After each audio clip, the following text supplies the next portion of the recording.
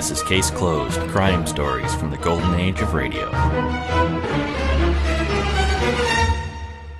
This is Case Closed, your weekly hour of old-time radio crime, which you can find every Wednesday at relicradio.com. The first story this week comes from the Adventures of Philip Marlowe. We'll hear The Big Book, his story from September 29th, 1950. After that, it's Sherlock Holmes and the Case of the Avenging Blade. That story was originally heard February 1st, 1948. Get this and get it straight. Crime is a sucker's road. Those who travel it wind up in the gut of the prison of the grave. There's no other end, but they never learn. From the pen of Raymond Chandler, outstanding author of crime fiction, comes his most famous character in The Adventures of Philip Marlowe.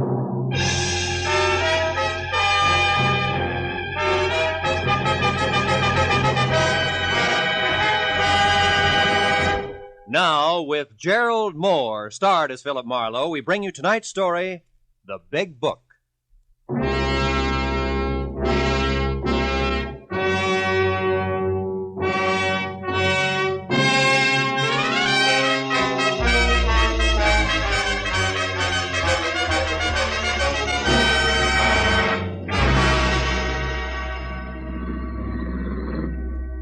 Marlowe, that winds it up. Boys got him in the wagon without any trouble, thanks to you. Oh, you don't have your car here, do you, Phil? No, Lieutenant, and I haven't had lunch either. Maybe the police department feels obligated on both counts, huh?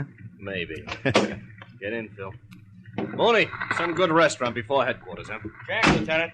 How are you, Mr. Marlowe? Hungry, Mooney. Okay, Mr. Marlowe. I know a good spaghetti place. Unit 18A, a dead body at number 11 West Main Street.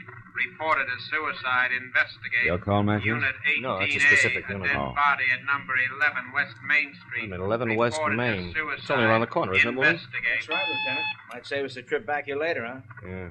Marlowe, lunch will be a little late. Let's go, Mooney.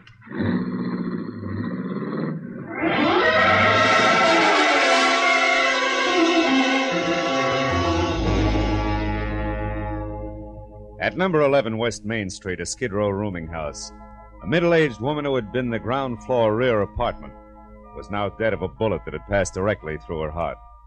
A shabby, cramped room was packed tight with a dozen different stale smells, and the naked light bulb dangled from a cracked plaster ceiling. The dead woman lay in the middle of the floor. She looked about 45, had gray-black hair, and wore a cheap cotton dress under a faded, moth-eaten man's sweater. Up to there, she belonged to the backdrop. But beyond that, someplace in the deeply etched beauty of her face, the studied neatness of her hairdo, there was something vague and disturbing that made the whole picture slightly lopsided, like a cheerful tie on an undertaker. 10 minutes later, when I was out in the hall listening to Mooney run down the routine facts for Lieutenant Matthews, that something was still with me, bothering me, the way a half-remembered dream does when you're shaving the next morning. Yeah, lived here 5 years now. Came from the east, and according to the landlord, has no close friends or relatives in the city. Also, the bullet was fired at point-blank range. Uh-huh. Anything on the gun that was next to her? Not yet, Lieutenant. It was her fingerprints only. Looks like it's strictly pawn shop stuff. Serial numbers filed off, cheap make, etc. Yeah. Deputy coroner says she died about 10 or 10:30 this morning. Yeah.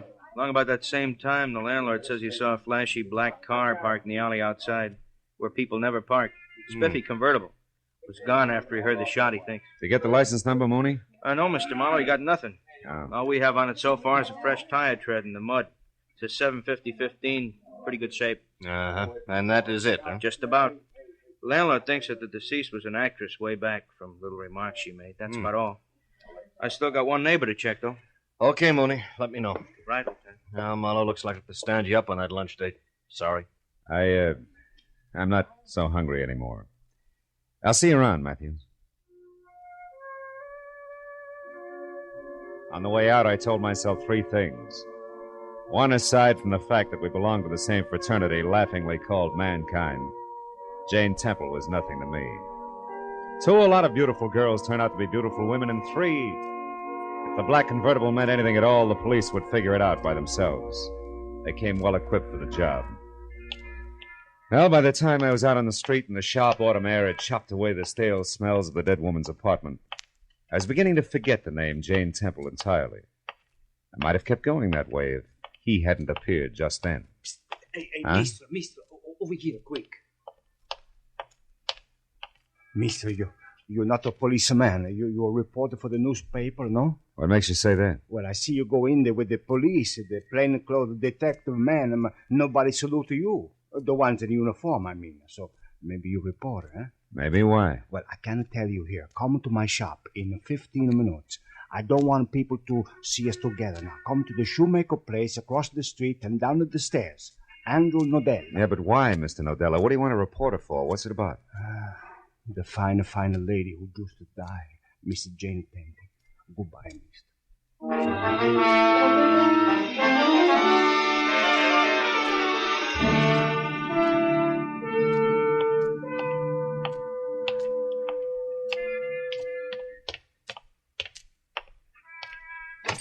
Look, my friend, it cost me $1.50 for the letter alone. How can I give it to you for... Now, look, you, I've been... Okay. Andrew Nodella changed his mind. He won't argue with a customer. Here, $1.25, just like you want him. A cash. Yeah, it's more like it. I wasn't born just the other day. I can tell value. Sure. My mistake, mister. Now, excuse me, please. Okay. Kill ladrone, the chisel. Yeah. I only gave in to get rid of him, you see. Now, I'll put the out to lunch sign on and lock up the door so we won't be disturbed. The police and nobody. Okay. There. Now, Mr. Marlowe. Mr. Marlowe, we go in the back room this way. Please. Now, wait a minute. Before we go anyplace, Nodella, one question. Why are you so worried about the police? Because down in this neighborhood, Mr. Marlowe, every time I do a good thing and I call the police when it's right, I get in some kind of trouble. These people are my customers. They don't like you should be a... Stool pigeon? A stool pigeon. Mm-hmm. All right, Mr. Nodella. Now about Jane Temple. Wonderful woman, Mr. Marlowe. Come in the back room, huh? All right. Mr. Marlowe, fine, a cultured lady. I know.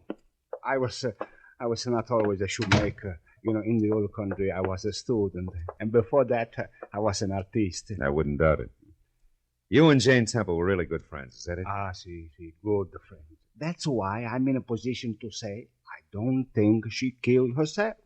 She was not the kind of a lady, Mr. Marlowe. She was not moody. She liked to be alone with her memories, but that's all. Look, come here at the table, Mr. Marlowe. Look at this. That was hers. Scrapbook, huh? Yeah. She left it with me. The leather on the front was worn. I was repairing it for her. She trusted only me with it. But open it up, Mr. Marlowe. I say no more. You just look for yourself. It was the usual setup. Between the big covers of a big book, a little life story in tattered yellow clippings and faded photographs. 25 years ago, Jane Temple had been exquisite. The fragile, haunting kind of beauty that never goes out of style. The kind of universal beauty that makes style. The book itself came in 2 parts. The first told in rave reviews and letters from select admirers. It was the rocket-fast rise of Jane Temple, who, as one critic put it, was inspirational beauty and the inspired actress. Both. Yet on that level, the first part ended abruptly in 1928, with no explanation. The second part was another success story, but it ran right up to the present. The career of one Jerome Locke, from obscure London stagehand to top Hollywood theatrical agent. A healthy, giant step.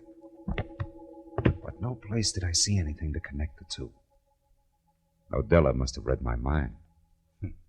You wonder, Mr. Marlowe, what one got to do with the other? Yeah. Do you know? No. Maybe this can help you find out.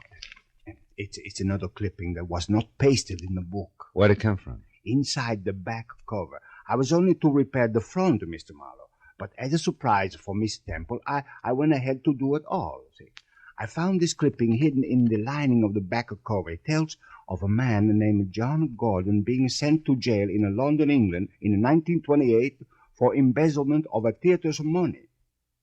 There's a picture of him, Mr. Marlowe. Yeah, so Hey, this John Gordon Jerome is... Locke, see? Yeah. The big agent man, Mr. Marlowe. There's still one more thing.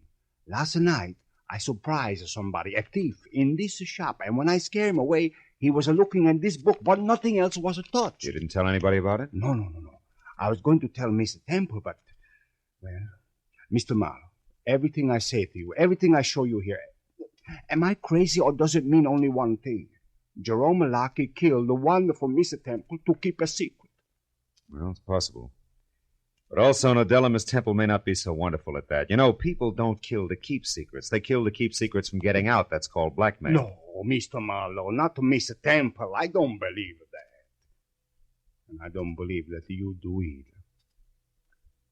I don't want to. Well, I'll see what I can find out. Mr. Marlowe, you tell me before you tell your paper. Mr. Nodella, I don't have a paper, just curiosity. I'm a private detective, not a reporter, and the initial mistake was yours, not mine. So don't get mad about it. What? A private detective? Mr. Marlowe, who you working for? Right now, Mr. Nodella, I'd say the late Jane Temple. Goodbye.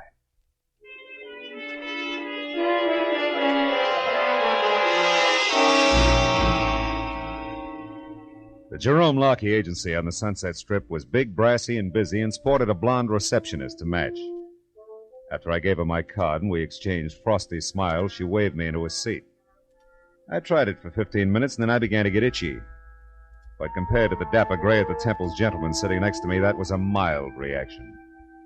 He was one of those heavy-handed character actors you remember by face, never by name. Jerome Lockey's office? No, he's not in there. Mr. Jerome Lockey certainly has an exaggerated impression of his own importance. Been here a while, huh? Quite a while, sir. Much too long a while. Young lady, please tell Mr. Lockey that Elliot Monroe could wait no longer. I'll see him at his home this evening. I have several studio calls to make this afternoon. Good day, Mr. Monroe. Studio calls. Yes? Mr. Monroe couldn't wait, Mr. Lockey. He said he'd see you at your home tonight, sir. My tough luck. Anyone else, Madge? Only that New York call, sir. I'm still trying to get it. I'll put it right through the moment it comes in. Oh, yes. Mr. Philip Marlowe, a private investigator. A private investigator? Is it important? I think so, Mr. Lockey. It's as important as Jane Temple. Jane? What about Jane Temple? She's dead, Mr. Lockey. A bullet through her heart. No. Madge. Yes, sir? Bring Mr. Marlowe right in. Yes, sir. Right this way, Mr. Marlowe. Thank you.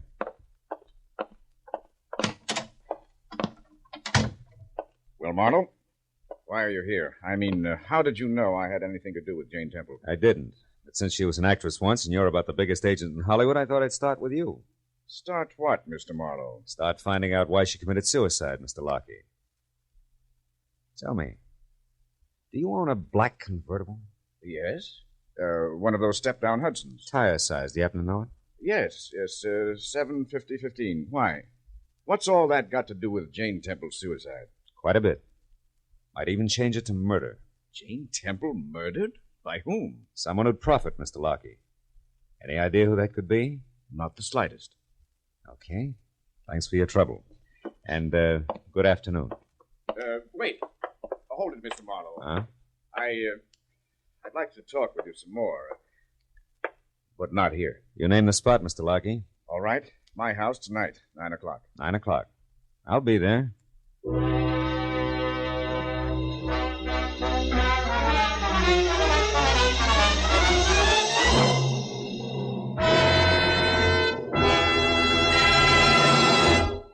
In just a moment, the second act of Philip Marlowe. But first, our armed forces are mighty busy these days. They're conducting the United Nations police action in Korea.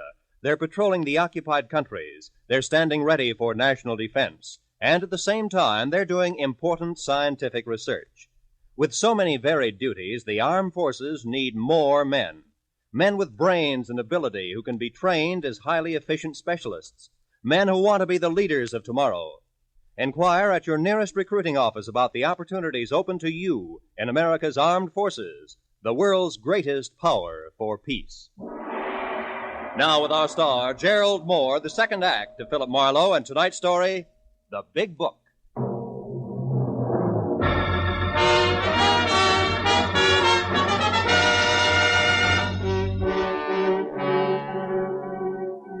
When When I walked out of Jerome Lockheed's sleek private office, I was satisfied that in spite of the efficient air conditioner, the atmosphere in there would stay charged, with enough high voltage implications so that sooner or later he'd have to make another move.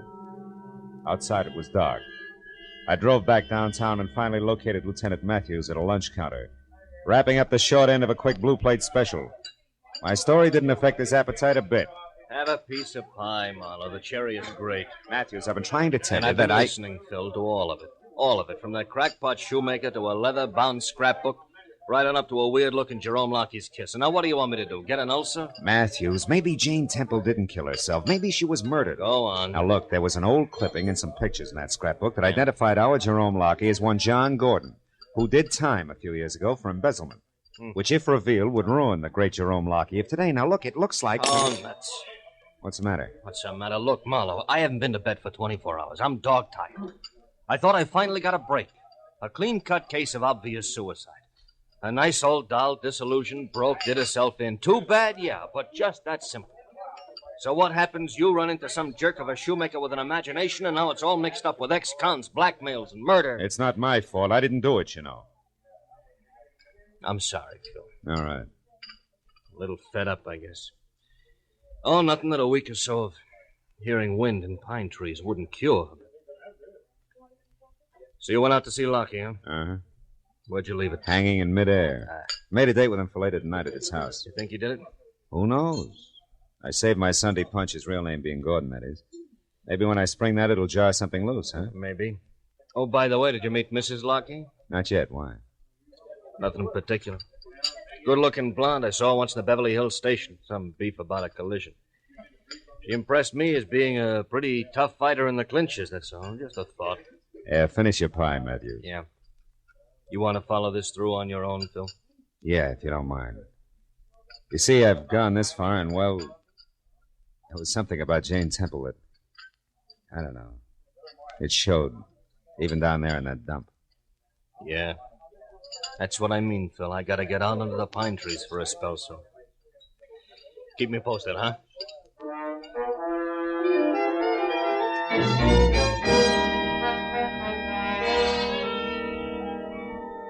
I drove out to Beverly Hills again and found the Jerome Lockheed place. It was a close-to-the-ground model that at first glance looked like a cozy little cottage. Second glance, however, showed the other two wings, 15 or 20 ultra-modern rooms that rambled over 2 acres of gently rolling real estate.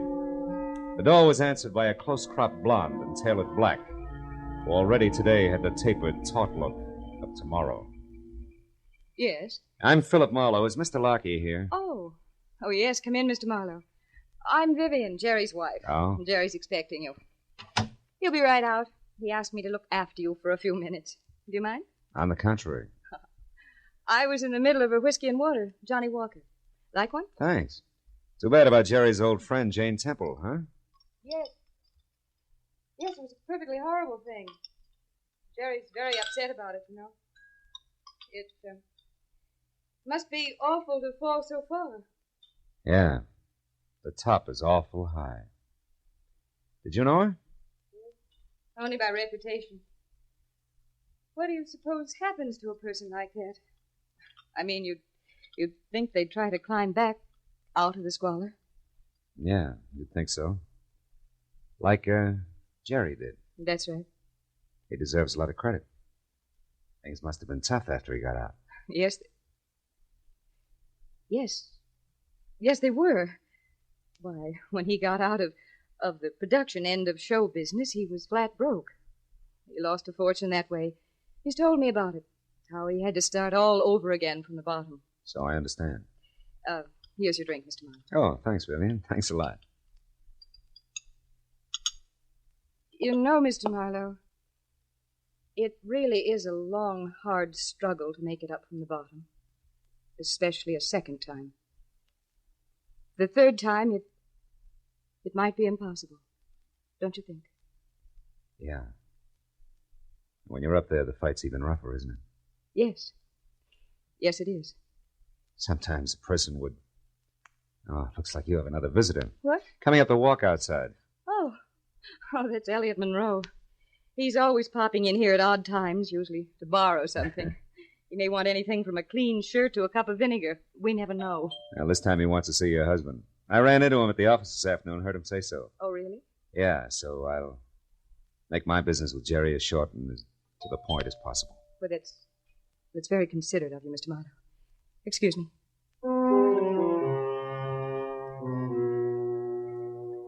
I heard Mrs. Vivian Lockyer receive the load of ham at the front door, and a second later I heard my name called from the hall behind me.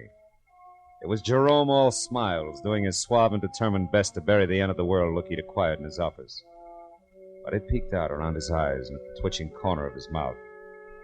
As he led me into the library and pointed me into a deep leather chair, I decided to let him lead off. I also decided to bait a trap and set it out. Now, how about a drink, Marlowe? I have one, thanks. Mrs. Lockyer anticipated you. Anticipated? Oh, yes, of course. Well, let's see. Where did we leave off this afternoon? Oh, we talked about a lot of things, like tire sizes, suicide. Oh, yes. Now let me get something straight, Mr. Marlowe. You seem to believe that there's a little more to poor Jane Temple's death than a simple suicide. Considerably more, Mr. Lockyer. Yes. And you've come to me with this problem. Why? Because you may be able to fill in some blanks. How? It's up to you. Let's say first that I think a prominent and wealthy man is connected, a man who's saddled with a messy past that he can't afford either to keep secret or have revealed. Now, just a minute, Marlowe. I don't know what you're driving at with this double talk, but it sounds to me as if you're accusing Jane Temple of blackmail, and I don't believe it. She'd have starved to death first. I'd like to agree, believe me. But unfortunately, I can still add. What do you mean? For instance, to what I said before, add the name John Gordon. Who is John Gordon? I'm not quite sure. But I do know this. Somehow the key to who he is ties into a basement shoe shop in the 100 block on West Main Street. Does that mean anything to you? No, why should it? Marlowe, why exactly did you come here? Please tell me. I just did. Well, that's that. Chances are I'll see you again sometime. Good night, Mr. Lockyer. Marlowe, wait. Listen. In my business, bad publicity counts. And I've worked awfully hard to I know. I went all through that with Mrs. Lockyer. Don't worry about me. This time I'm more than willing to let somebody else do the talking.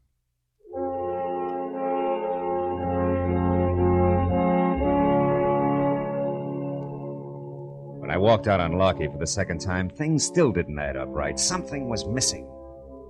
In the hall, I passed Elliot Monroe, hanging onto a glass of scotch like it was a streetcar strap. And at the door, Mrs. Lockyer ushered me out with a frigid, unsmiling nod. I drove slowly all the way to Main Street, and when I was parked and walking toward Nadella's shoe shop, I began to doubt that the trap I'd set was going to catch anything. Until a long black convertible turned the corner behind me. I ducked into a doorway and waited. It was Jerome Lockey's car, all right. He almost stopped in front of the shoe shop, but suddenly lurched ahead and disappeared around the corner, away from what turned out to be a cop pounding the beat.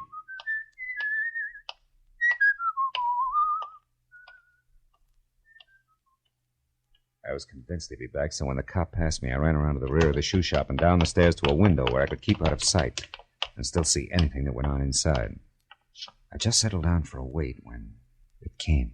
Stand still, my fine fellow. Don't move or I'll kill you. Mr. Elliot Monroe. What do you know about that? Looks like the wrong sucker rose to the bait. Or is this just coincidence? It's no coincidence, my friend, believe me.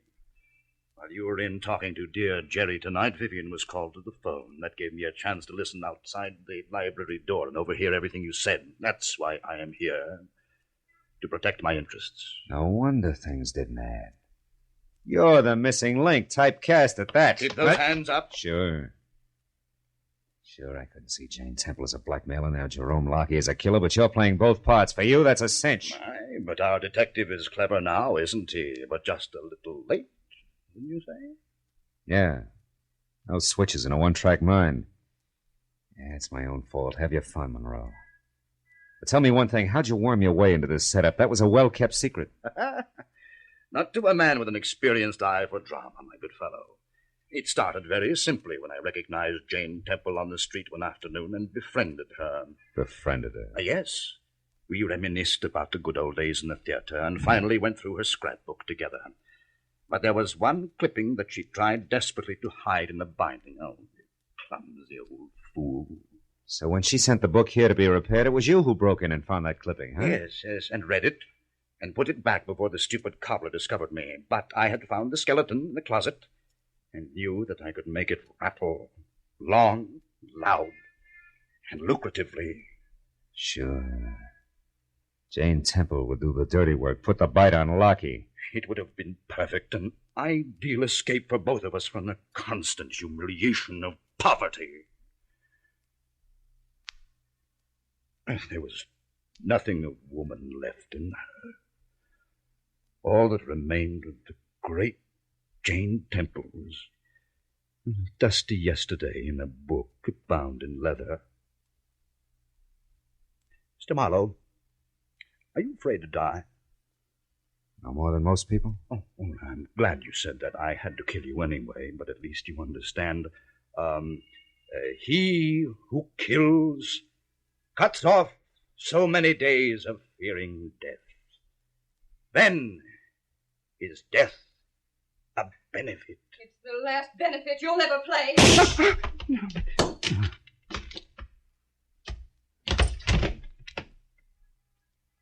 Poor crazy clown.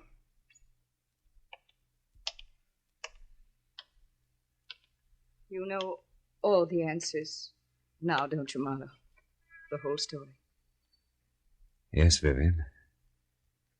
All except how you showed up here when you did.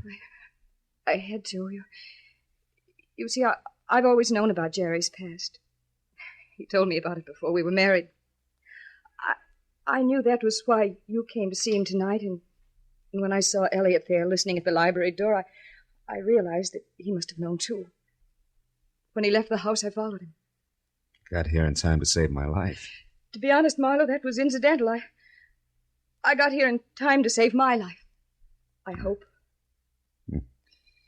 Well, just the same, I'm going to return the favor when the police get here. You mean you... I mean there are a lot of things that belong in a dead woman's leather-bound book of memories. No place else. I'm going to do my best to help you and Jerry keep him there. Oh. Thanks, mister.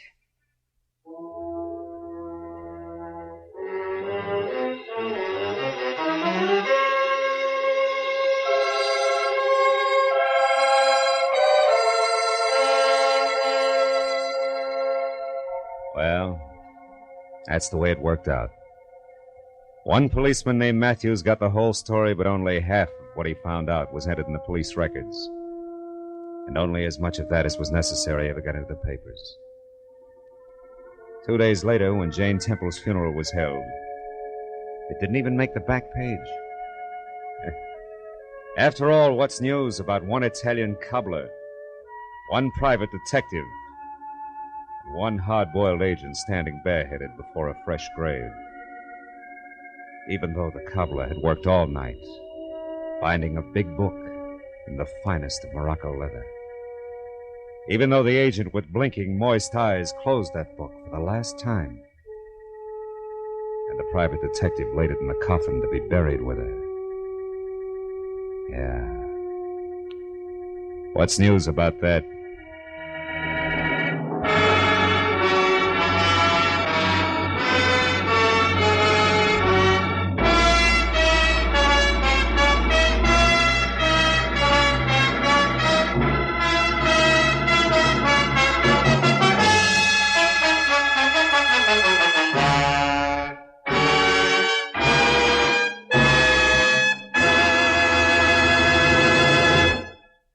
The Adventures of Philip Marlowe, bringing you Raymond Chandler's most famous character, star Gerald Moore, are produced and directed by Norman MacDonald and written for radio by Robert Mitchell and Gene Levitt.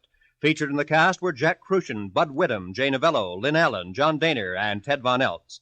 Detective Lieutenant Matthews is played by Larry Dobkin. The special music is composed and conducted by Richard Orant. This is Roy Rowan speaking. This is CBS, the Columbia Broadcasting System.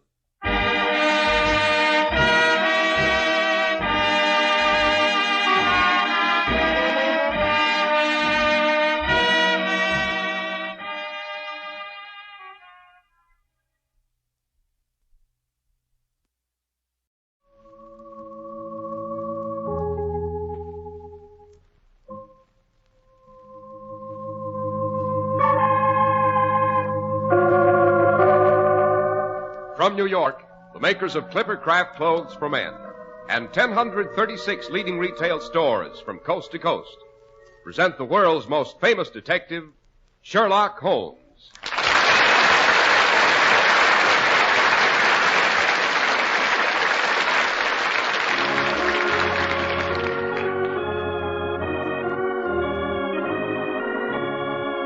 Our stories are based upon the character of Sherlock Holmes, created by Sir Arthur Conan Doyle. Sherlock Holmes is played by John Stanley, Dr. Watson by Alfred Shirley, and the dramatizations are by Edith Meiser. Tonight there's frost on the windows of Dr. Watson's familiar study, and an overcast sky threatens another fall of snow. But as we sit snug and warm in front of a glowing fire, our thoughts turn to Sherlock Holmes and his immortal exploits. Well, which one are we to have tonight, Dr. Watson? Tonight, Mr. Harris, I think I'll tell you the case of the Avenging Blade. One of the most touch-and-go, not to say hair-raising adventures it was ever my privilege to share with the sage of Baker Street. Meaning Mr. Sherlock Holmes. I was certainly not referring to Mrs. Hudson. Yes, when I think how close that sword came to decapitating the person we both... There I go, anticipating again.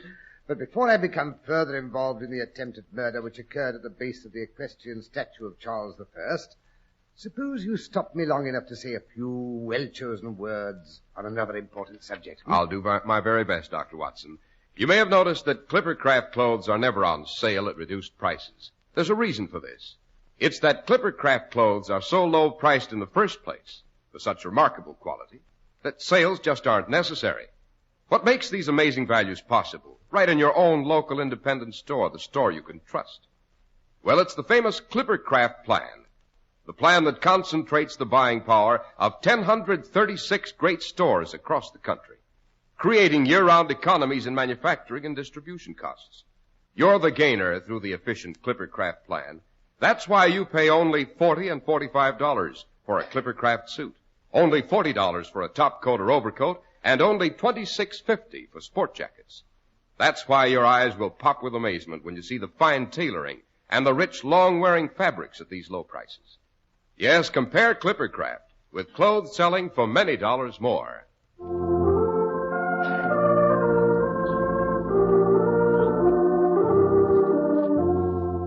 And now to return to the Avenging Blade, the attempted murder and the equestrian statue, Dr. Watson. Yes, the famous statue of Charles I stands in Charing Cross, which, as you know, is often called the centre of London. Charing Cross, isn't that the open space to the south of Trafalgar Square, Dr. Watson? Correct, Mr. Harris. But to begin at the beginning, it is one of those clear, rare days in late January which now and then surprise the city of London. The sky was a brilliant blue, and the light, powdery fall of snow reflected the dazzling sunlight outside. Holmes was lounging on the sofa in a brilliant purple dressing gown, his pipe rack within his reach, ashes scattered on the floor, and the crumpled morning papers littering the room in all directions.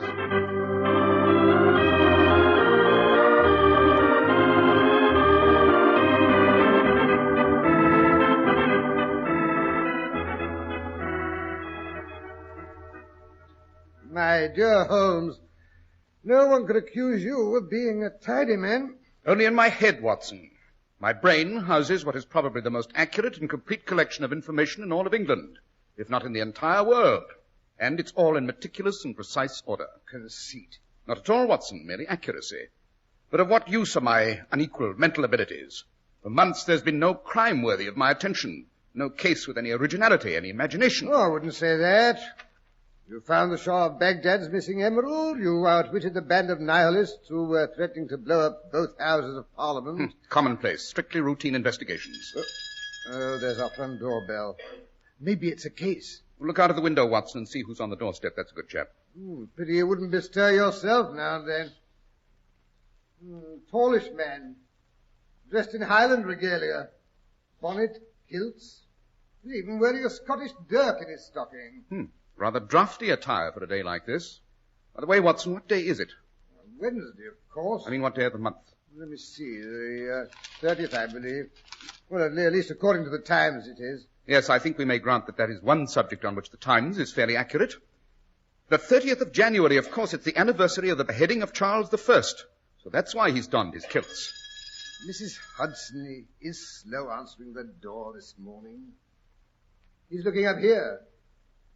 Great Scott, Holmes, it's the Duke of Buckinghurst. I suspected as much. For heaven's sake, don't just sit there, Holmes. Help me to tidy up this clutter. What sort of an impression do you expect to make sprawled there in the midst of all this mess? My dear Watson, if his lordship has a case sufficiently important to warrant my attention, he'll be in no mood to notice trifles. If not, I'm not interested in his lordship. I'm not impressed by titles, Watson. They're so apt to due to the chance of heredity, like red hair or a Roman nose. At least you might straighten your collar. Oh, come in. Oh, Lord Buckinghurst, this is an honor. Won't you sit down? Thank you. No, not that chair. I think you'll find this one more comfortable. May I relieve you of your bonnet? Would you like a drop of brandy? Watson, if you'll stop playing the palpitating hostess, Lord Buckinghurst might like to explain why he's called to consult me. Thank you, Mr. Holmes. It's all so fantastic, I really don't know where to begin. If I had received this note at any other time, I'd have put it down to some poor demented half-wit. Persons in my position, Mr. Holmes, are unfortunately the recipients of a great many curious communications. Everything from begging letters to blackmail. There's nothing fantastic about blackmail in your position, Lord Buckinghurst. Consequently, that is not the gist of the letter that brought you here. Good Lord, no. It's incredible. I hardly know how to describe it. Suppose you allow me to view the letter and judge for myself. That would be the most sensible procedure, I suppose. Here you are, Mr. Holmes. Paper, excellent quality. An educated script. Half English, half continental. Notice the final S's, Watson. Well, yes, but to blaze it with the S's, what does it say? You must pardon my friend's lack of restraint, Lord Buckinghurst. He will never realize that the writing paper and general appearance of a letter often give me more information about the sender than the contents of the message. I think you will agree that the contents of this letter is of no small interest, Mr. Holmes. Yes. Let's see. To the late Duke of Buckinghurst. Interesting. Beware the blade of the martyr king. Brief but bewildering, eh, Holmes? Not entirely. Lord Buckinghurst, you are, if I'm not mistaken, descended from the Duke of Buckinghurst, who was the favourite and boon companion of the ill-fated Charles I. Correct, Mr. Holmes. As the eldest of my family, it thus evolves upon me to attend the memorial services which are held every 30th of January by the Royal Martyr Society and place a commemorative wreath on the pedestal of the statue. Designed, if I'm not mistaken, by Grinling Gibbons. Really? I had no idea. It's not so old as the statue, I believe. The pedestal, I mean. Quite. Tell me, Lord Buckinghurst, does this expression, the blade of the martyr king, have any particular significance to you? Why, yes and no. I presume it refers to the ancient superstition which concerns the sword in the statue's hand. Which is? It seems that after the monarchy was restored, Charles II witnessed the execution of Thomas Harrison and the other regicides at Charing Cross. After the bloody event was over and his predecessor had been avenged, he made a proclamation to his followers.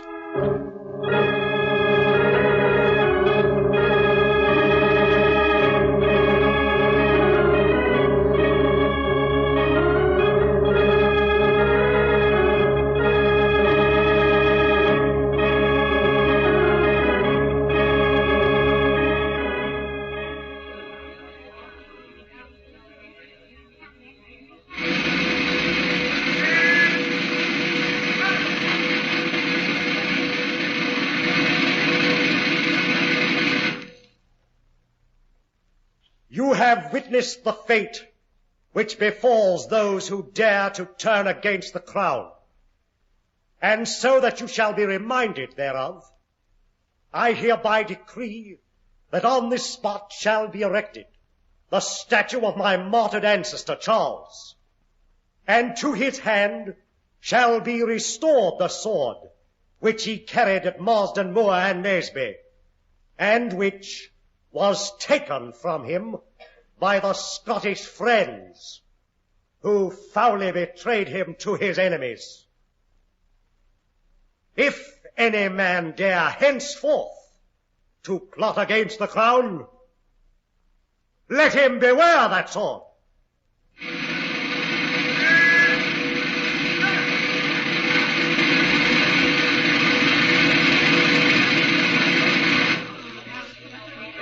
say, Mr. Holmes, that when a traitor to the crown approaches the statue, the sword trembles and cries out for vengeance.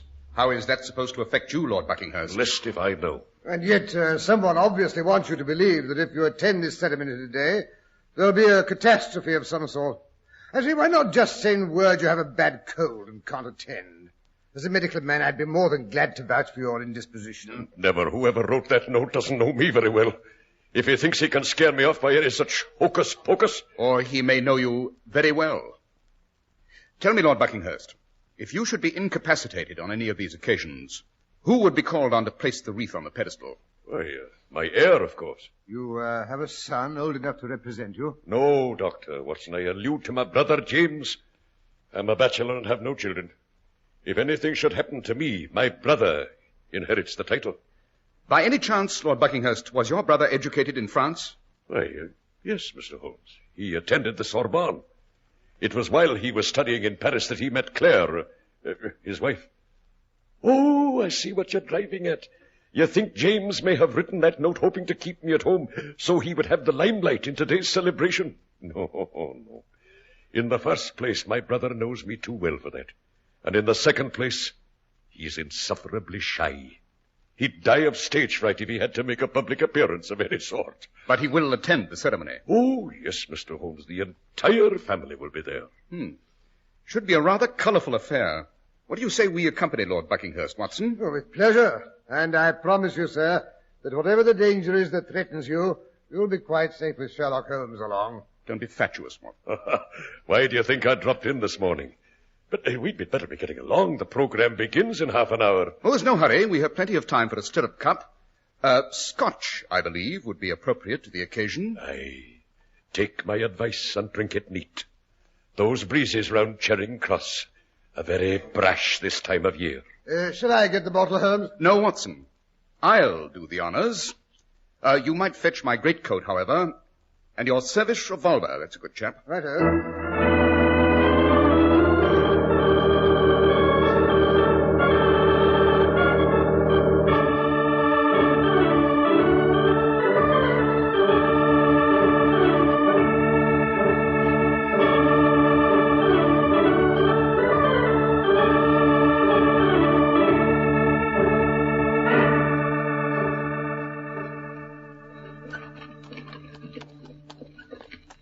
I don't know whether you know it, Lord Buckinghurst, but the statue of Charles I you are about to decorate has a rather ironic history. Really? It was cast in 1633 by Hubert Lesueur, a pupil of Giovanni Bologna, that had not yet been erected when the Civil War broke out and the first Charles was deposed and beheaded. It was subsequently sold by Parliament to a brazier by the name of Rivet. Rivet? Appropriate cognomen, eh, Holmes? Don't interrupt, Watson. Mr. Rivet was ordered to melt the statue down. Rank vandalism. That's the trouble with people always wanting to destroy someone else's handiwork. Calm yourself, Watson. Remember, the statue does stand in Charing Cross today. You mean old man Rivet didn't destroy the silly thing? He announced that he'd done just that. And for years he made a tidy living out of selling fragments of metal as souvenirs to both cavaliers and roundheads. However, when the Restoration came along, he sold the statue back to the government at a neat profit. It was subsequently erected on the spot where it now stands. Oh, the old scoundrel. I say, Lord Buckinghurst, you look a bit glossy-eyed. Don't you feel very fit? Matter of fact, I do feel a bit squeamish. Must be the motion, the hansom cab. Never had it affect me this way before. Hold tight, we're nearly there. Just turning into Trafalgar Square. Goodness for that. Yes, look, Holmes. There's the statue up ahead. Quite a group of people gathered around. Lots of them wearing kilts, and there are bagpipers. I do enjoy a Highland air on the doodle sack, you know.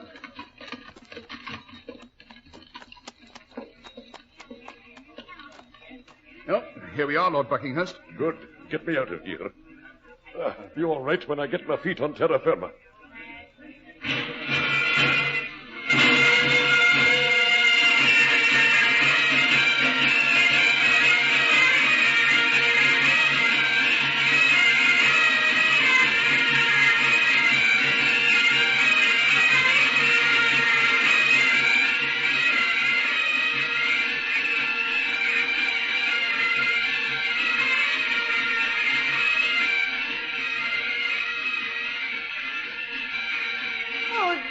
Oh, Robert, we thought you would never get here.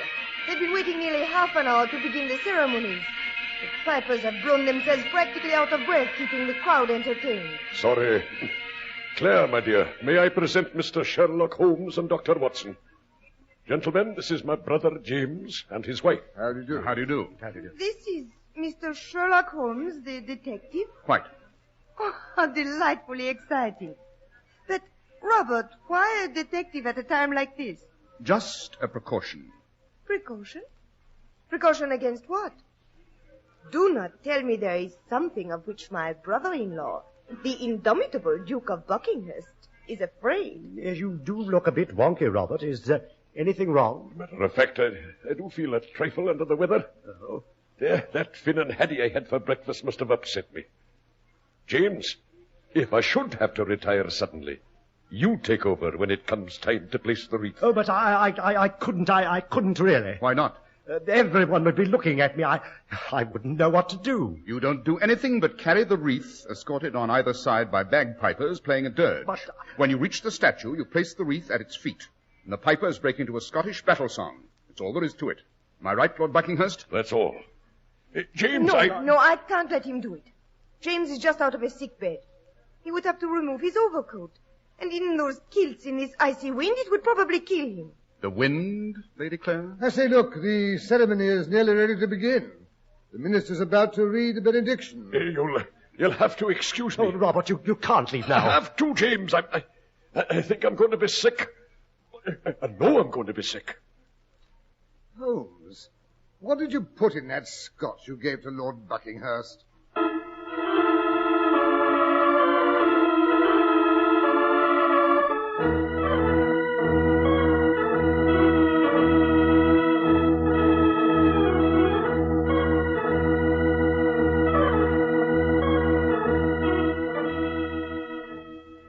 Here come the bagpipers with the wreath. Well, Lord Buckinghurst hasn't come back. Looks as though you'd have to carry on, Sir James. Oh, dear, I do wish Robert would come back. I'm not at all good at this sort of thing. James, I forbid you to do it. You can't take off your overcoat. Let someone else place the wreath. Let Mr. Holmes do it. Thank you, madam, but it's an honor to which I'm afraid I cannot aspire. My ancestors were mostly Roundheads, you know. I'm afraid King Charles wouldn't approve. I wouldn't want to come within striking distance of that famous sword. Oh, you are joking. Such an amusing man. Am I? Oh, dear. Yes, they've noticed Robert is missing. They're bringing the wreath to me. Here, somebody hold my coat. Oh, no, James, no. Sorry, madam. You know the expression noblesse oblige. Carry on, Sir James. Yes, I suppose I shall have to. Oh, dear. I wish I'd stayed in bed. James, you fool, you idiot.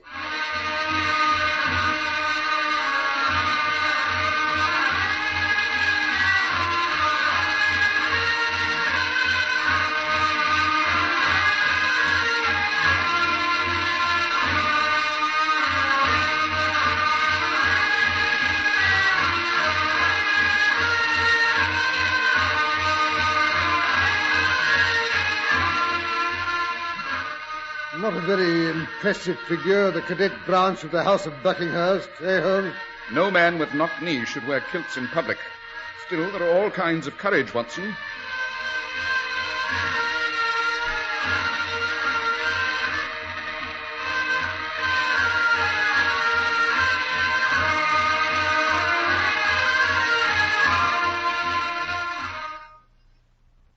James, if he's reached the statue, he's kneeling to place the wreath.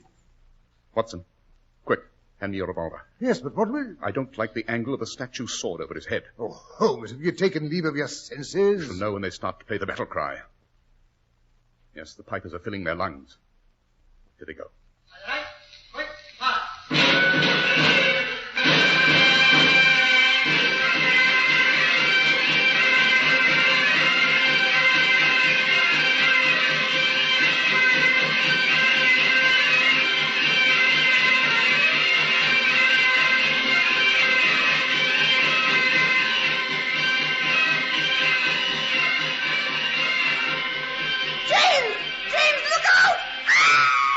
The sword is falling!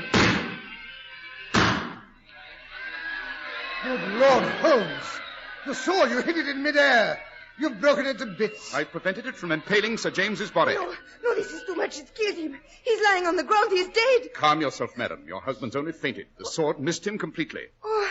Watson, will you go and revive Sir James? I'll attend to her ladyship here. Very well, Holmes.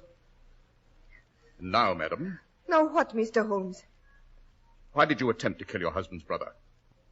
You knew the vibrations of the wild Stuart battle cry on the bagpipes would dislodge the loosened sword in the statue's hand. You knew it would probably pierce the back of anyone kneeling below. You screamed to warn your husband before the sword fell. Mon cher Monsieur Holmes, you are almost as clever as people say you are. I will not bother to deny your accusations. Why should I? There's nothing you can prove. What have I to be afraid of? The man you hired to loosen the sword in the statue's hand. With my sources of information, it shouldn't take me more than 24 hours to find him. With my powers of persuasion, it shouldn't take me more than 24 minutes to make him talk. What is that expression they teach the children in this country, Mr. Holmes? Do not count the chickens until they are hatched?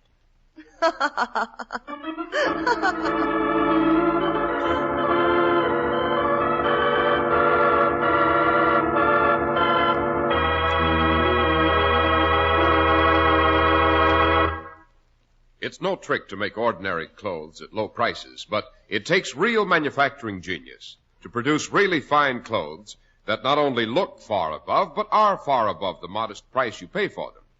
That's why we say try on a Clippercraft tomorrow. It'll be hard to believe you're getting so very much for so very little. Such expert tailoring, smart styling, and superb long-wearing fabrics. This tremendous feat is accomplished through the renowned Clippercraft plan, which concentrates the buying power of 1,036 of the nation's finest stores from coast to coast. It brings you Clippercraft suits at only $40 and $45, top coats and overcoats at only $40, and sport jackets at only $26.50. Yes, selling expensive clothes at inexpensive low prices at the nation's finest independent stores is the great big idea behind the Clippercraft plan. That's why men who know insist on Clippercraft clothes. So be sure to visit the Clippercraft store in your city.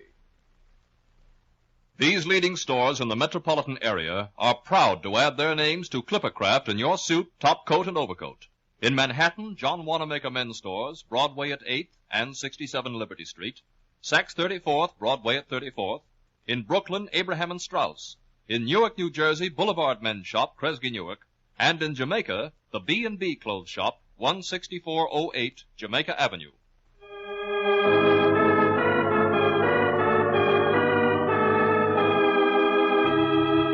And now back to Sherlock Holmes and Dr. Watson.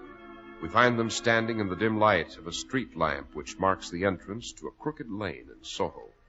Large flakes of falling snow intensify the expectant silence of the winter night.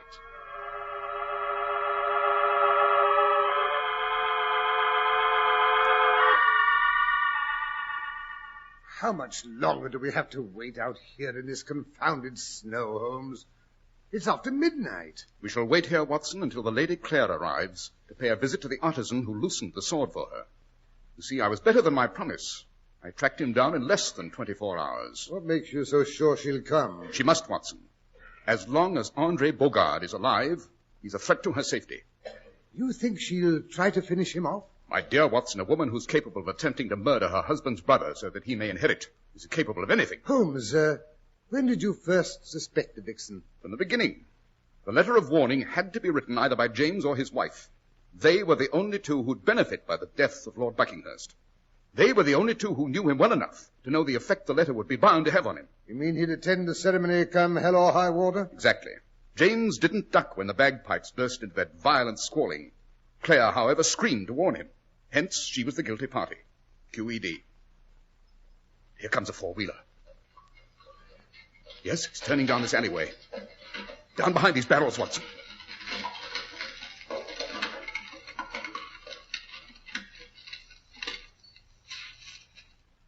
It stopped in front of Bogard's shop.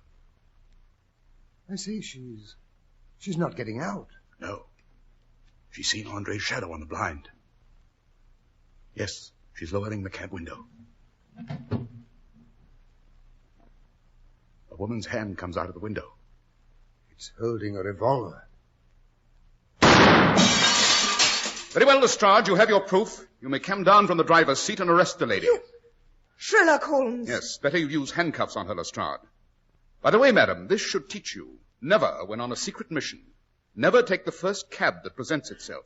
You never know who the coachman is. Oh, and thank you so much for your display of marksmanship. I think it'll persuade Andre to tell us all we wish to know. Oh, no, Mr. Holmes. I never miss. It is too late for Andre to tell anyone anything. I'm so sorry to disillusion you, but it wasn't Andre's head your bullet hit. What? Merely a cleverly arranged silhouette of the man. I cut it out of cardboard myself only an hour ago. Oh. You see, Lady Claire, I have artistic blood in my veins. Or didn't you know? I think you are the devil himself. No, madam, only his second cousin. All right, Lestrade, you may take her away.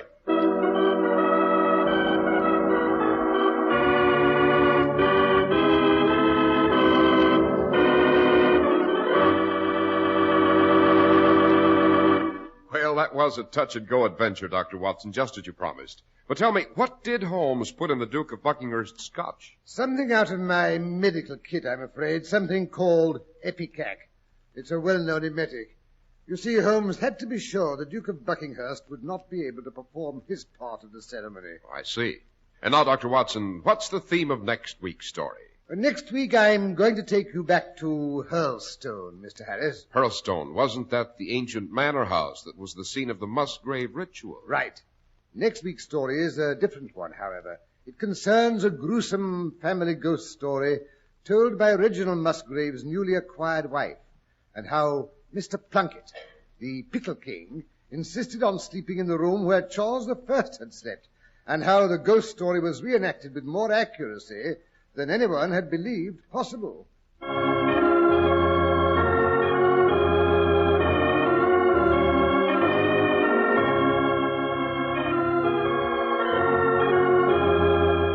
The makers of Clippercraft clothes and 1,036 leading stores from coast to coast have brought you another in the new series of broadcasts featuring the world's most famous detective, Sherlock Holmes. Sherlock Holmes is produced and directed by Basil Lochran, with special music by Albert Berman.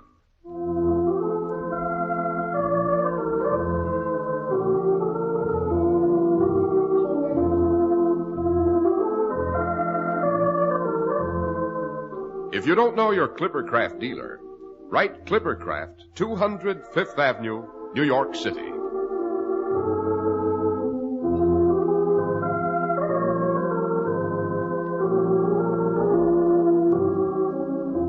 Be sure to listen next week to Sherlock Holmes in the case of the sanguinary Spectre.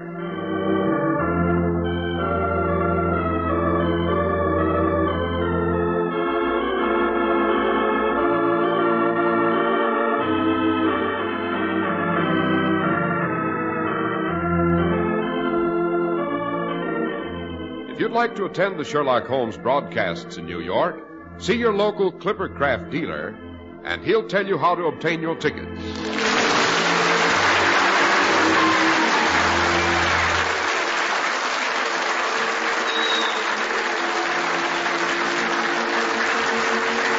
is Cy Harris speaking for Clippercraft Clothes. This is the world's largest network serving more than 450 radio stations, the Mutual Broadcasting System. Be sure to hear Melvin Elliott reporting the latest headline news, which follows in just a moment. Fly Eastern Airlines' new type Constellation with 300 million passenger miles of dependability. Fly Eastern Airlines. Remember, there's no finer way to travel.